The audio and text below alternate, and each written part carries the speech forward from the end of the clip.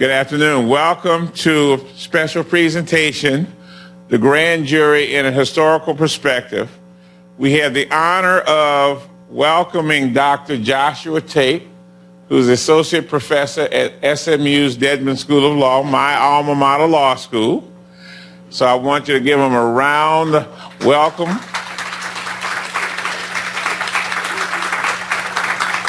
And Dr. Tate started talking to me several months ago about the work that he's been doing with respect to grand juries.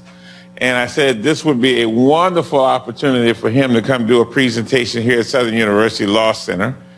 And so it's great to have you here. And we have our great photographer, Steve, here. And I want this class, we have faculty in this class, folks here who are going to learn a lot today. So I thank you for coming and spending some time with us. Dr. Tate. Thank you very much. Thank you, Chancellor Pierre, for giving me the opportunity to come here. It's wonderful to be here in Baton Rouge, my first visit to this city.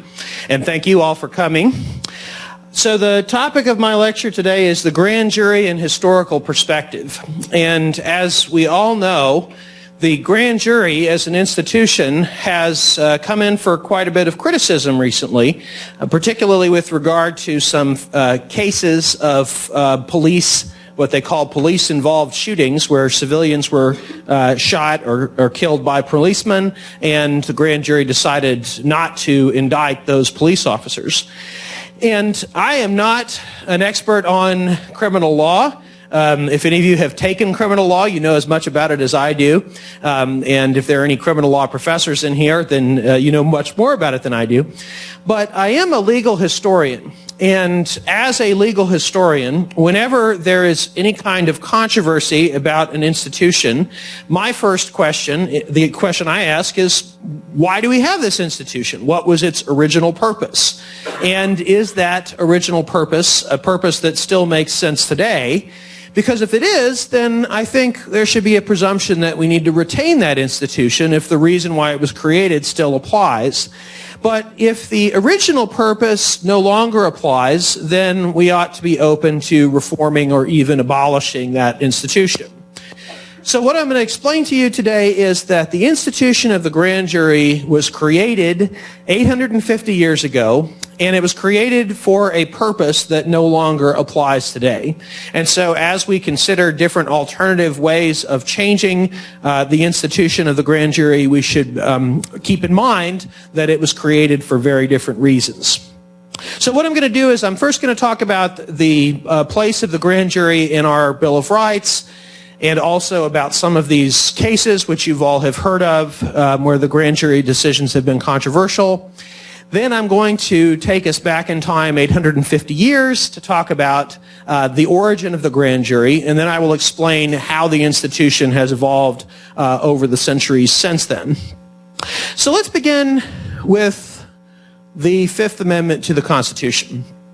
There are a lot of things in the Fifth Amendment, and one of the things that the Fifth Amendment protects is the right to a grand jury. So it says, no person shall be held to answer for a capital or otherwise infamous crime unless on a presentment or indictment of a grand jury, except in cases arising in the land or naval forces or in the militia when in actual service in time of war or public danger. So that's the basis for the federal constitutional right to a grand jury.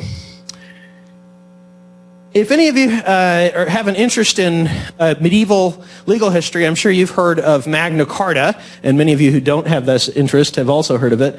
The language of the Fifth Amendment actually is closely parallel to the language of the famous Clause 39 of Magna Carta. Magna Carta here at the left says, no free man is to be arrested or imprisoned or deceased or outlawed or exiled or in any way destroyed, save by the lawful judgment of his peers or by the law of the land. The Fifth Amendment starts off similarly, no person, and then it goes on to say that none of these bad things can happen without a presentment or indictment of a grand jury or be deprived of life, liberty, or property without due process of law. Now, of course, in 1789, they might as well have said no free person because these protections did not apply to the slaves. But otherwise, it's quite parallel. And that is not a coincidence, because some of the first state constitutions from 1776 contain word for word that language of Clause 39 of Magna Carta.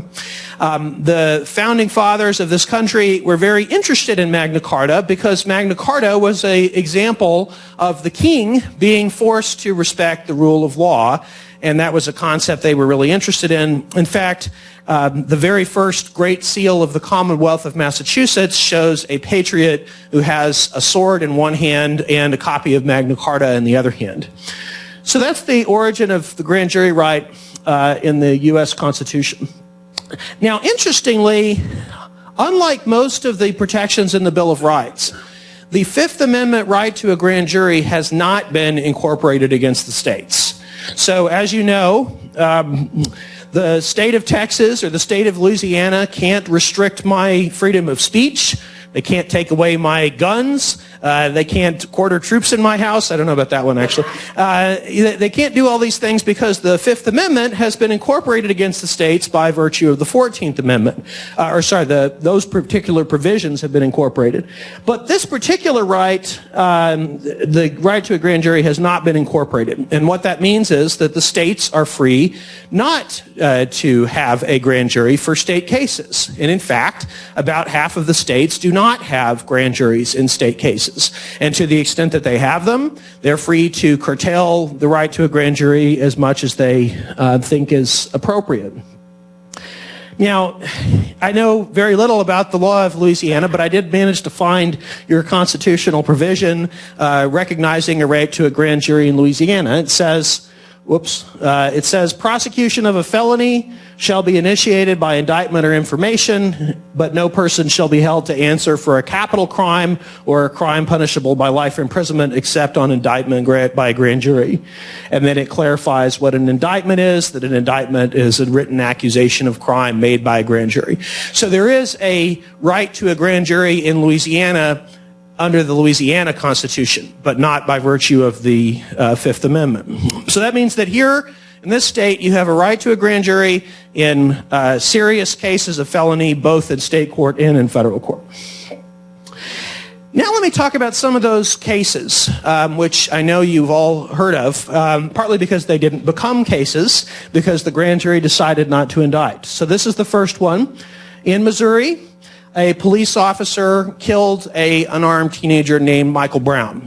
And this was very upsetting to many people. And the grand jury that was investigating this decided not to indict the police officer for the killing of Michael Brown. And there were many protests in Ferguson and in other places about this, about the grand jury's decision. People thought that this was unfair, that the process was not objective.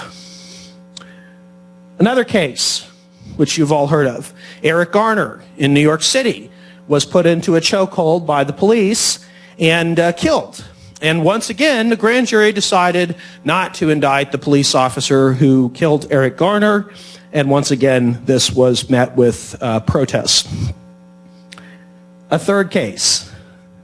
In Cleveland, in Ohio, Tamir Rice, who was a 12-year-old boy, was shot and killed once again by a police officer, this time because he was holding a toy gun, which the police officer allegedly believed was a real gun and felt threatened by. Now, one thing that distinguishes this case from some of the others is that because Tamir Rice was only 12 years old, if Tamir Rice had actually committed murder and had been put on trial and convicted by the state would still not be able to execute him because he was a child, right? But this police officer executed him with no due process because the police officer felt threatened. And so this, again, was obviously very controversial. This time there was a consequence of the grand jury's decision not to indict the police officer, which was that the prosecutor who was running for re-election in Ohio, the prosecutor did not win his primary, so he's going to lose his position now because people thought that he didn't make a strong enough case. He didn't bring all the relevant evidence to the grand jury, and that was the reason why they didn't convict. So those three cases obviously have a lot in common. Now there's a fourth case I wanted to talk about, which I don't know if it made the news over here, but it made big news in Houston and also in other places in Texas. So this was a case involving Planned Parenthood. And what happened was a couple of activists went and met with Planned Parenthood executives and secretly recorded some conversations during which allegedly some comments were made which involved the unauthorized sale of fetal tissue. So these facts went to the grand jury, and they were expected to decide whether to bring an indictment against Planned Parenthood for the statements that were made involving fetal tissue. The grand jury surprised a lot of people because not only did they not indict Planned Parenthood, they indicted the activists for making those secret recordings because that the grand jury thought had probable cause to break the law. So this decision was also criticized, and it was criticized by some politicians who had not had much to say about the cases involving the police officers who killed Michael Brown, Eric Garner, Tamir Rice, and others. This time the criticism was coming from people who thought that this was a runaway grand jury, that they should have indicted Planned Parenthood, and they shouldn't have the authority to indict these activists. So, one thing that everyone could agree on, I think, is that this is a controversial institution.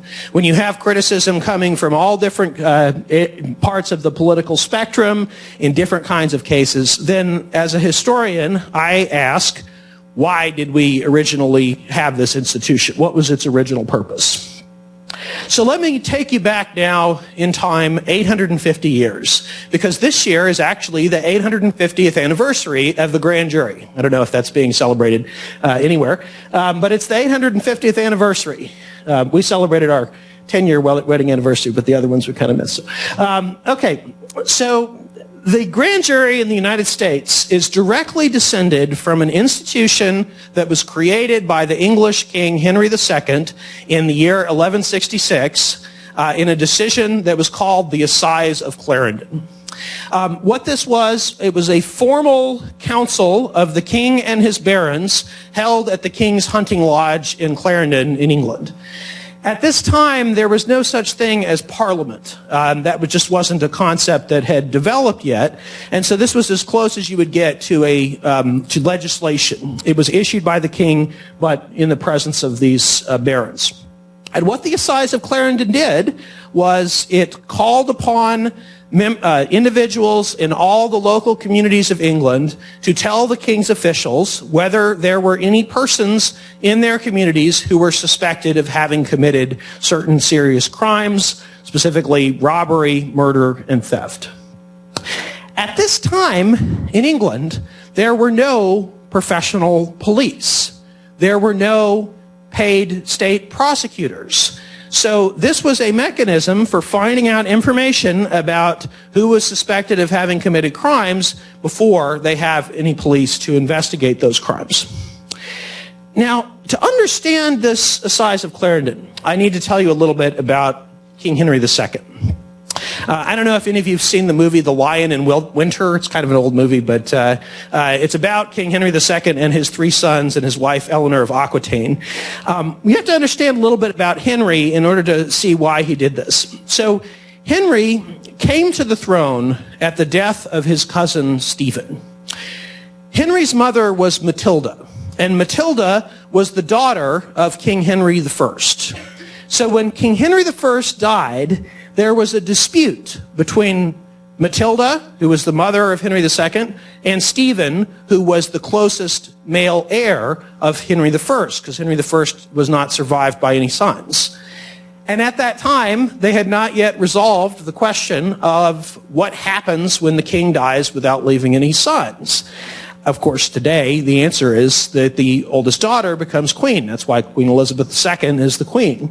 But at that time, it hadn't been resolved. So for most of the period between the death of Henry's grandfather and his own ascension to the throne, there was a civil war between the partisans of Matilda and Stephen.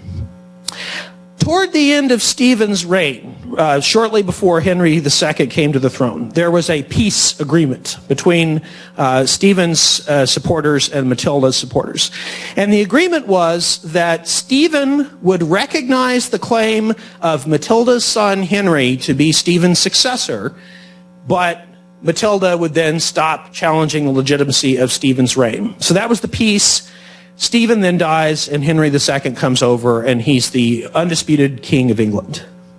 But his number one priority is he has to restore order in the kingdom. Because if he doesn't do that, if there continues to be unrest and conflict, it's only a matter of time before some rival claimant comes out and says, we got to get rid of Henry, and because he has to restore order in the kingdom.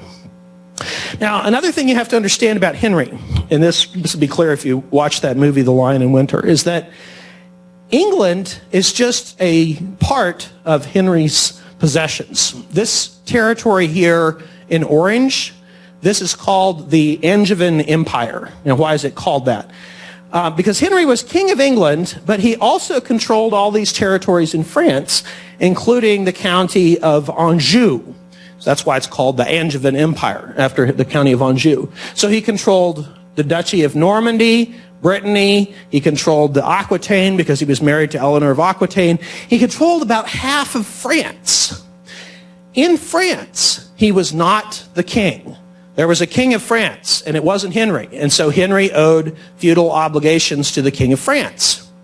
But in reality, Henry was much more powerful than the king of France because he was the king of England in addition to having all of this land in France. He also controlled some of Ireland as well.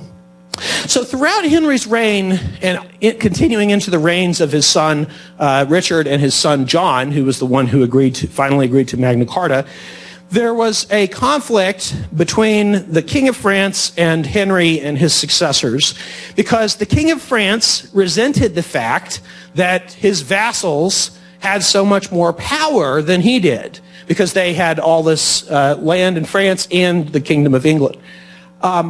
Henry resented the fact that he wasn't the King of France. He resented the fact that he owed this feudal obligation to the King of France, who was much less powerful than him. So there's this bubbling conflict. And when Henry's younger son, John, comes to the throne, John loses almost all of the land in France, and that's the immediate cause for Magna Carta.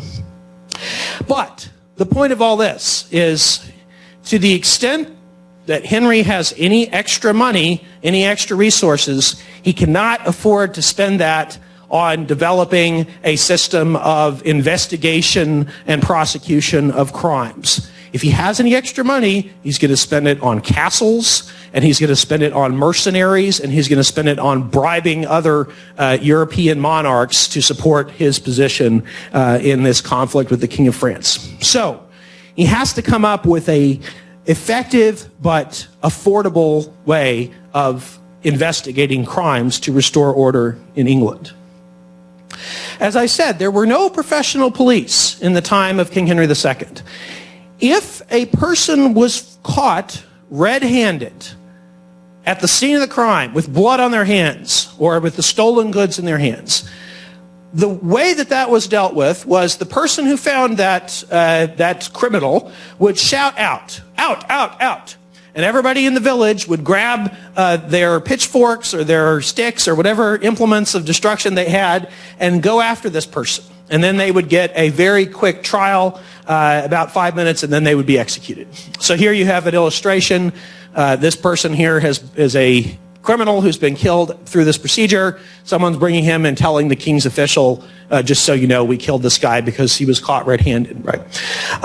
Now, that procedure was certainly efficient and affordable because it didn't cost the king anything.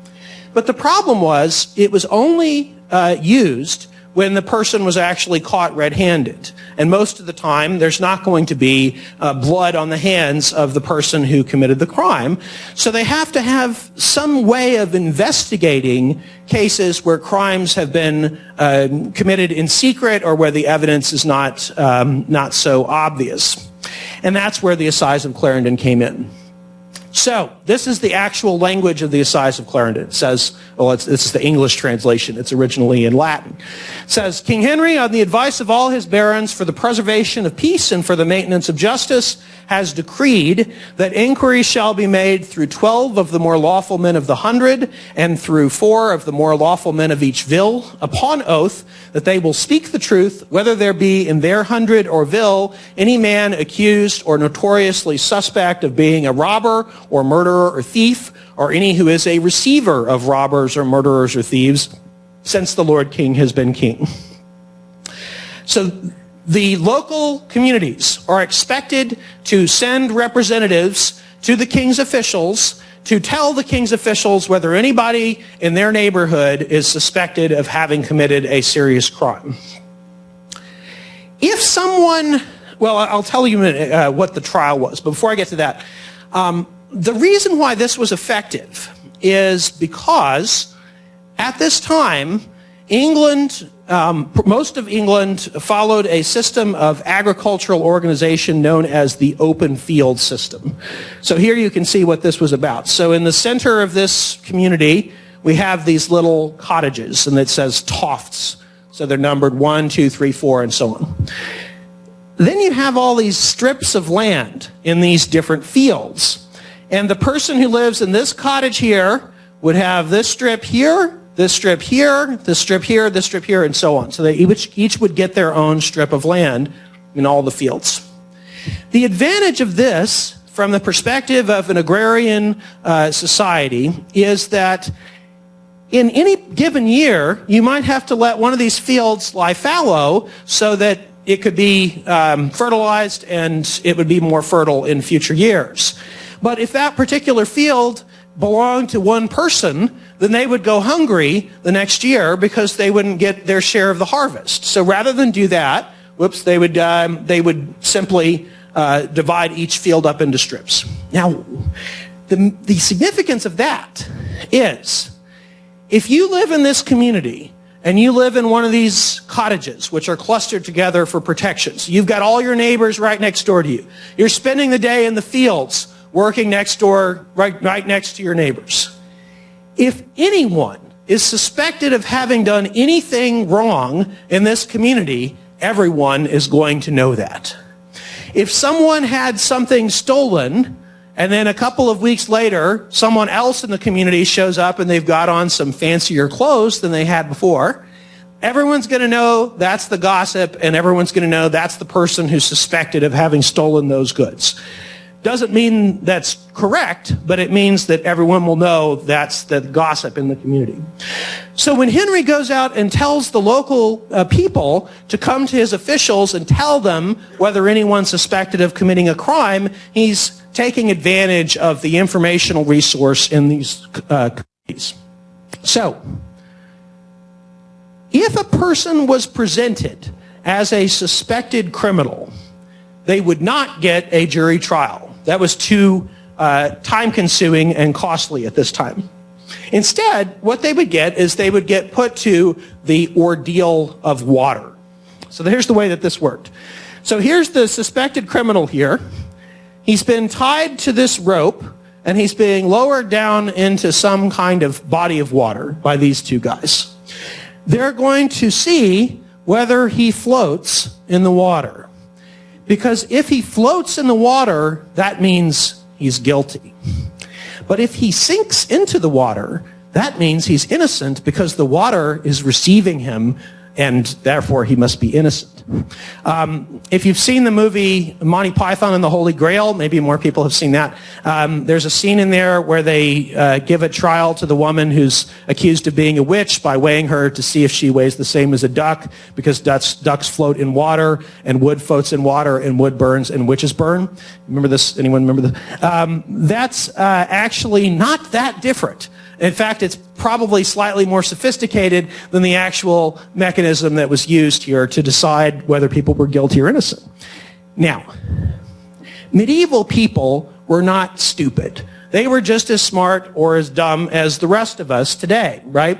So they didn't understand all of the details of biology that we understand, but they weren't so stupid as to think that somebody is more likely to float in water if they were guilty of a crime. So why did they accept this? The reason why they accepted it is because during this procedure, a priest would have been present. The priest would have called upon God to bless this ordeal and to perform a miracle so that if the person who is being put to the test is innocent, God would perform a miracle and make that person sink into the water. And if the person's guilty, apparently God would perform a miracle and let that person float. So the priest's presence there was crucial. Because if the priest wasn't there, nobody would accept this as legitimate. Only because the priest was there, people believed in the power of priests to invoke God's blessing, and they believed in the power of miracles. That's why they accepted this as valid. Okay, so it's working pretty well. You've got a mechanism for finding out who's suspected of committing crimes, and you've got a procedure for trying them, and neither of these things cost the king anything. All right, so then there's a problem. By the time that Henry's son John is king, toward the end of John's reign, the Pope conducts a Lateran Council, a council in Rome. And at that Lateran Council, the Pope decides that from that point forward, priests will not be allowed to participate in the ordeals. The context of this is that this is the time in Europe when the great universities are starting to flourish, like the University of Oxford, University of Paris, and so on. And those universities are rediscovering the learning of the ancient Greeks and Romans. And from that ancient Greek or Roman perspective, this ordeal seems like a barbaric practice. It seems like the kind of thing that they would not approve of in the modern age of 1215. So the church doesn't say that these ordeals are not valid. The church just says priests are not going to participate in these anymore. But of course, once the priests are no longer involved, nobody accepts these things as valid anymore. So they have to come up with an alternative. So they puzzle over this for a few years. They're not sure what to do. But then they come up with a suggestion. Okay. So what we're going to do now is we're going to ask the defendant, how would you like to be tried? Okay, so we'll give this person a choice. The correct answer was by God and the country. And that meant I would like a jury trial. Another jury trial after you've already been presented by the grand jurors. So that was okay. If that's what you want, we'll give you a jury trial. If the defendant said something else, if the defendant said, I'd like to be tried by the ordeal of water, please, the judges would say, oh, great, today we've got a comedian. Let's see what we do with comedians. What we do with the comedian is we're going to put him down on the ground, and we're going to start stacking heavy weights on his chest until he either changes his mind and decides that he would like a jury trial or is crushed to death by the heavy weights. Now, you might be surprised to hear that most people did not elect to be crushed to death, that most people chose to have a jury trial. But even more surprising is that, or actually surprising, is that some people did allow themselves to be crushed to death. And the reason is because if you owned any land and were convicted of a felony, your land would be forfeit to the crown. But if you were never convicted, if you were just crushed to death, your land could pass to your heirs. And that was important to some people who own land. But most people who have been accused of being robbers, murderers, or thieves don't own any land anyway, and so that wasn't a consideration, so they would take their chances with the jury. Now, after this, in the 14th century, one of those things happens which changes European society forever, and that is the Black Death, the bubonic plague. Right? So the plague comes through England and kills 40% of the population. Imagine that. Imagine if almost half the people you know were killed in a plague, right? Terrible, terrible consequences. So everyone lost friends, everyone lost family members. But for some people, there were advantages to this. Because if you imagine all those people out there working in the open fields, some of them probably would have rather been doing something else. And after the Black Death, there are a lot of vacancies available in the professions, such as we need cobblers, we need blacksmiths, and so on. All of the skilled professions now have help wanted signs in front of their doors because so many people have been killed. So some of the laborers who are working in these open fields decide that they would be better off moving to the cities and taking on new work because that leads to greater social mobility for them and also for their children. So what happens is you have a urbanizing of the society, and it starts at this time and it just continues through the Industrial Revolution. The cities get more people, the rural areas get depopulated. Eventually, a lot of these open field villages get enclosed and they use them for grazing. They don't use them for farming. Okay? So what does that mean? Well, when people move into the cities, you can no longer expect them to know anything about their neighbors. If you ask me whether anyone in my neighborhood is suspected of committing a crime, I would say no, but I only know this person over here and this person over here. The rest of the people on the street I've never even met. And particularly if I live in a big city like London, I might be totally new to the neighborhood, and so is everybody else, so people are moving around all the time. And you can't expect to use the knowledge of people in the city of London as an informational resource about their neighbors. So that just isn't going to work anymore. So that means that the original purpose of the grand jury has already become obsolete by the 14th century. But the grand jury survives because it starts to perform a different function. The grand jury starts to be used to filter out some of the less meritorious prosecutions that are being brought, because the prosecutions still are not being brought by state prosecutors. There are no police, there are no prosecutors. The prosecutors are the individual victims of the crimes or their family members. So people come to these officials called the Justices of the Peace, and these were part-time gentlemen who were doing this on the side. They come to the Justice of the Peace and say, I've been a victim of a crime, and this person, John, is the criminal, and I want him to be put on trial and executed. Well, the problem with that is sometimes the person who's making the accusation might just be doing it because they don't like the person they're accusing. Maybe the person they're accusing is innocent. So maybe they're making up an allegation which is just patently false, but they're doing it to retaliate against somebody they don't like. So the grand jury, which still exists, starts to serve the function of filtering out some of the less meritorious prosecutions from going to a jury. Because once the prosecution goes to a jury, you're taking a significant risk if you're the defendant that you're going to get convicted whether you're innocent or not. And of course, for people who had a reputation worth protecting, once you've been put on trial, that already damages your reputation. And so the grand jury starts serving a different role, and that is to filter out the meritless accusations and keep them from going to the jury. Now, I'm going to have to go through a few hundred years of English history very quickly.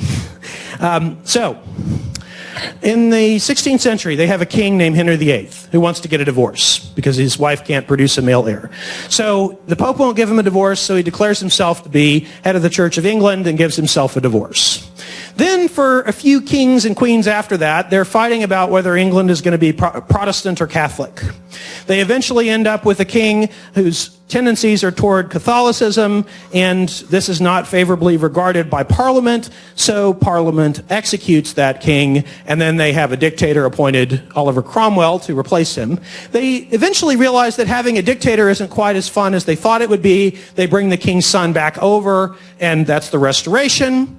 Then they realized that maybe that wasn't such a great idea either, because the king's younger brother turns out to be even more Catholic than the king that they executed. So eventually they decide, let's bring over the king's daughter, Mary, and her husband, because they're Protestant, we can tolerate them, bring them over, and that's the Glorious Revolution. Okay, so now you have William and Mary in the 17th century. Everybody is happy, or at least the Protestants in Parliament are happy. They've finally got the monarch that they want, and not the monarch that's been forced on them by the succession. So, you've got William and Mary. Well, William and Mary have the same problem that Henry II had, and that is they quickly need to restore order to the kingdom, because if they don't, there's Stuart pretenders out there who are ready to come back and take the kingdom over. So Parliament has to make sure that this new king and queen are not disturbed by disorder in the kingdom. So they start passing some statutes to deal with this. So this is an example of one of those statutes. This is an act for encouraging the apprehending of highwaymen. This is from the late 17th century. Now, why are they needing to do this? Well, in an urbanizing society, an increasing amount of crime is going to take the form of organized crime. Because in a big city, you're going to have rings of pickpockets. So, you know, there might be a very small gang where one or two people distract the person while the other one takes the purse away from them. Or you might have more elaborate organized crime, such as highway robbery, where you've got a whole bunch of people who are hanging out in the forest waiting for carriages to go by to rob them, right? Now, when you start talking about organized crime, there's a significant disincentive as a citizen from bringing an accusation against an organized crime ring, and that is that you might find yourself killed by the organized crime ring in retaliation for having accused them before you ever get to the point of having a trial. So, in that context, people are nervous about bringing these accusations. But once again, they still don't have professional police. They still don't have prosecutors. So what Parliament decides to do is to give people a financial incentive. So that's what these statutes do. This one says, whereas the highways and roads within the Kingdom of England and Dominion of Wales have been of late time more infested with thieves and robbers than formerly, for want of due and sufficient encouragement given and means used for the discovery and apprehension and so on. So it goes on to say, we're going to start paying people a reward if they successfully prosecute a highway robber.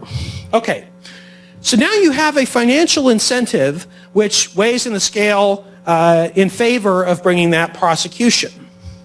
The problem is that same incentive also applies to people who want to prosecute innocent people, because they'll still get the reward as long as those people are convicted. So this actually creates a whole new profession of thief-taking.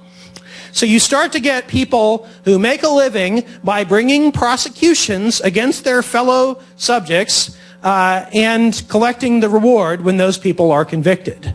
This is a woodcutting hiller. This is an illustration of a master thief-taker educating his young apprentice on the 10 commandments of thief-taking, one of which is thou shalt steal. So whoever drew this cartoon probably wasn't a big fan of thief-taking.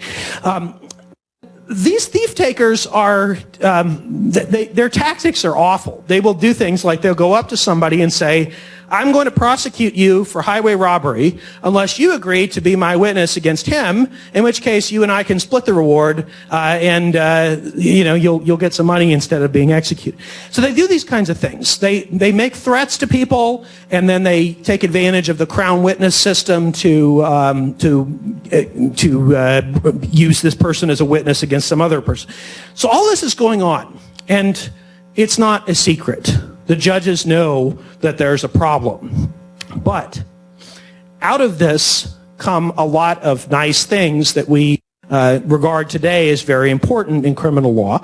One of the things that comes out of it is that the defendants are given the right to an attorney. Because previously, defendants in criminal cases were not allowed to have an attorney representing them, even if they could pay for it. Because the idea was, if you're guilty, that will be evident from your answers to the victim's allegations. And if you're innocent, your innocence will shine through from your excellent answers. Now, we know that's nonsense, right? Because people who are nervous might sound like they're guilty, but at that time they believe that. But because of all this thief-taking nonsense, the judges start to allow people to have criminal defense attorneys. In addition, once you have attorneys, the attorneys can object to things. They can object to evidence that's prejudicial or that's not relevant and so on. So you get all these rules of evidence, like the hearsay rule, starting to develop out of this. But for our purposes, the most significant development that comes out of this is the creation of a professional police force. So they get fed up with all of this. And beginning in the 1750s, you have these people called the Bow Street Runners who are acting as a unofficial police organization. 1792, Parliament authorizes the first paid police force for the City of London. That's just the City of London. And then in 1829, that gets expanded to cover the whole metropolitan area of London. And you have the famous bobbies here, the Metropolitan Police. Now, taking this story over to the United States, again, a lot of things happen. Alexander Hamilton, there's a million things he hasn't done, but then he does these things, and you have the United States, right? So in the United States, we have some similar problems, but we also have some problems that are unique to our country. One of the problems that they start having in the 19th century is they have a lot of immigrants coming over from Ireland, and the immigrants are not being well received by the so-called Native Americans. And the Native Americans back then, that term did not mean American Indians. That term meant people who wanted to make America great again because they had been living there before the Irish came over. As these Irish immigrants come over, they're in conflict with the people who are already there, and you have riots, you have unrest, and so on. And so to keep the peace, some of the big cities, like New York City and Boston and Philadelphia, start hiring professional police forces just like in London. So here's a picture of the early NYPD officers in their uniforms. So these police forces are authorized to keep the peace, but they can also investigate crimes, and then the police start serving the role of preparing the facts. That goes to a prosecutor, and the prosecutor decides whether to bring or whether to put this to a grand jury to try to get an indictment. So now we have something which is starting to look like the system that we have today, and we have it both in England at this point, and we have it in the United States. Now, toward the end of the 19th century, or actually even earlier than that in England, people start to ask, remind me why we have the grand jury again? Because we have professional police who are doing the investigation. We have professional prosecutors who are bringing the charges. We have juries to decide whether people are guilty or innocent. So why do we need this grand jury? And it's an excellent question. And in England, in 1933, Parliament answers this by abolishing the grand jury. So they don't have grand juries anymore in England. We have it in the United States because the right to a grand jury is in the Fifth Amendment. We have it in Texas and Louisiana because our respective state constitutions guarantee a grand jury right in felony cases in state court. But, and now I will conclude, the fact that we have it is not a sufficient reason to keep it or to maintain it the way it is, particularly when you take into account that the original purpose for this institution served a completely different society, a completely different context, and that reason no longer applies today. So as people think about reforming this system, we should not feel bound by the past. We should not feel bound to retain this as it is just because it has existed for 850 years. So thank you very much, and I welcome your questions. Yeah. Oh, thank you. It's a little hot. Yes, ma'am. Good.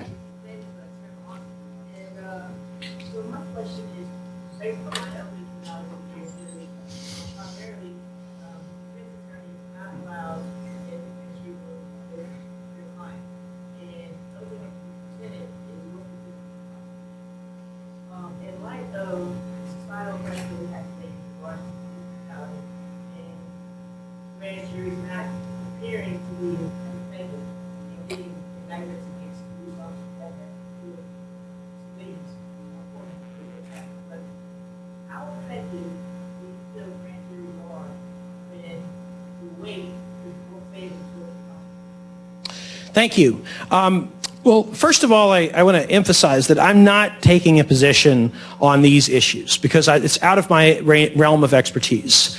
Having said that, I would say a couple things about this issue. One is that the circumstances that hold when you have a police officer who's killed a citizen are totally different from when you're talking about an ordinary citizen who's being, possibly charged with a crime.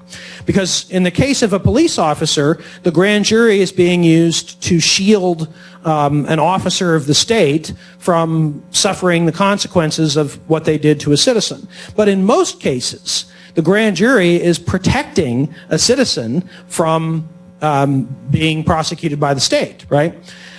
So it's different. And in some jurisdictions, particularly in Ohio, the reforms that are being put on the table involve changing the procedure, but only for cases where there's a police officer who's being subject to prosecution. And so, for example, in Ohio, they're saying maybe we should have an independent prosecutor. So rather than having the prosecutor be the person who's regularly dealing with the police and has a close relationship with them, let's bring in an independent person, maybe from some other part of the state or even another state.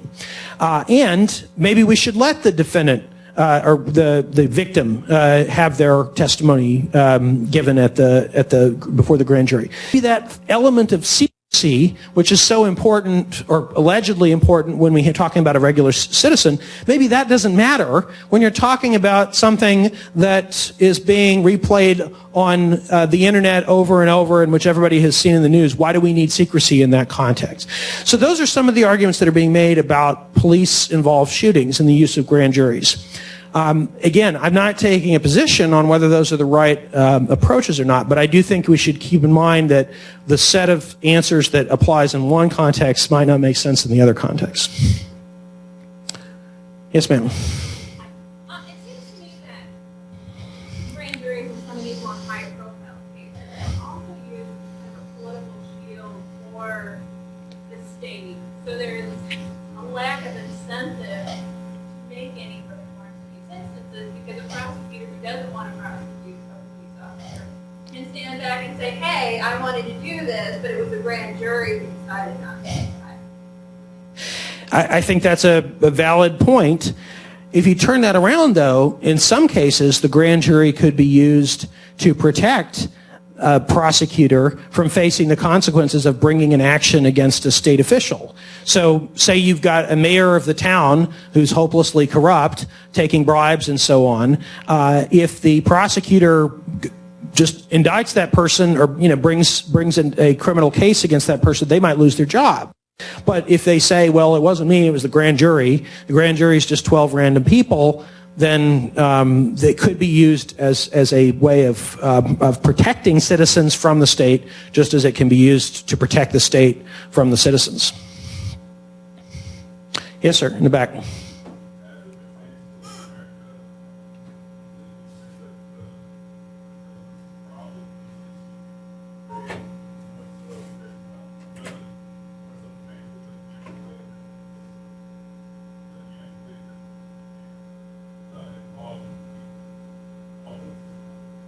The antiquatedness of the thinking of people involved with the system. I'm not sure what you mean by that, except that I'm sorry. You said. I said I'm not. Okay. Well. What you want to? Well. Okay. I think he's saying that it's not so much that the system in place that the thing is broken, but the people that are operating the thing is broken. Okay, yeah, I think I understand what you mean. So the problem is, like, let's say that we guaranteed that in each of those three cases, Tamir Rice, Michael Brown, and Eric Garner, that those police officers were put on trial. Maybe the police officers would have just been acquitted by the jury because the juries suffer from a lot of the same biases that might be preventing the grand jury from bringing this. So that if the system has a problem, particularly with regard to race, and people's prejudices are coming into the system, then changing the institutions may not be the solution. I think that that makes sense to a certain extent, and I don't know how we solve that problem. That's very difficult to deal with. One question I went to Venezuela a couple years ago, and Venezuela has huge problems now with the rule of law, and the courts are totally controlled by the executive. If Venezuela were to adopt our system of grand juries, chances are that whole process would just get infected by the same problems, the same corruption, the same state control that has prevented justice from existing currently. So just changing institutions may not help if the whole system suffers from these problems. But I do think that there's some advantage to having institutions that can function, because think how much worse things might be if we had if it were up to, say, President Trump to decide who goes to jail and who doesn't, right? So you can imagine things being worse than the way they are now. So not that helps us. That'll be the last question. I want to thank Dr. Tate for coming with us.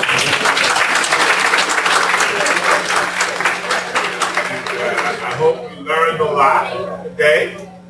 And I want to thank you for spending your time with us. And I appreciate you coming share. It's a privilege to come. Thank you.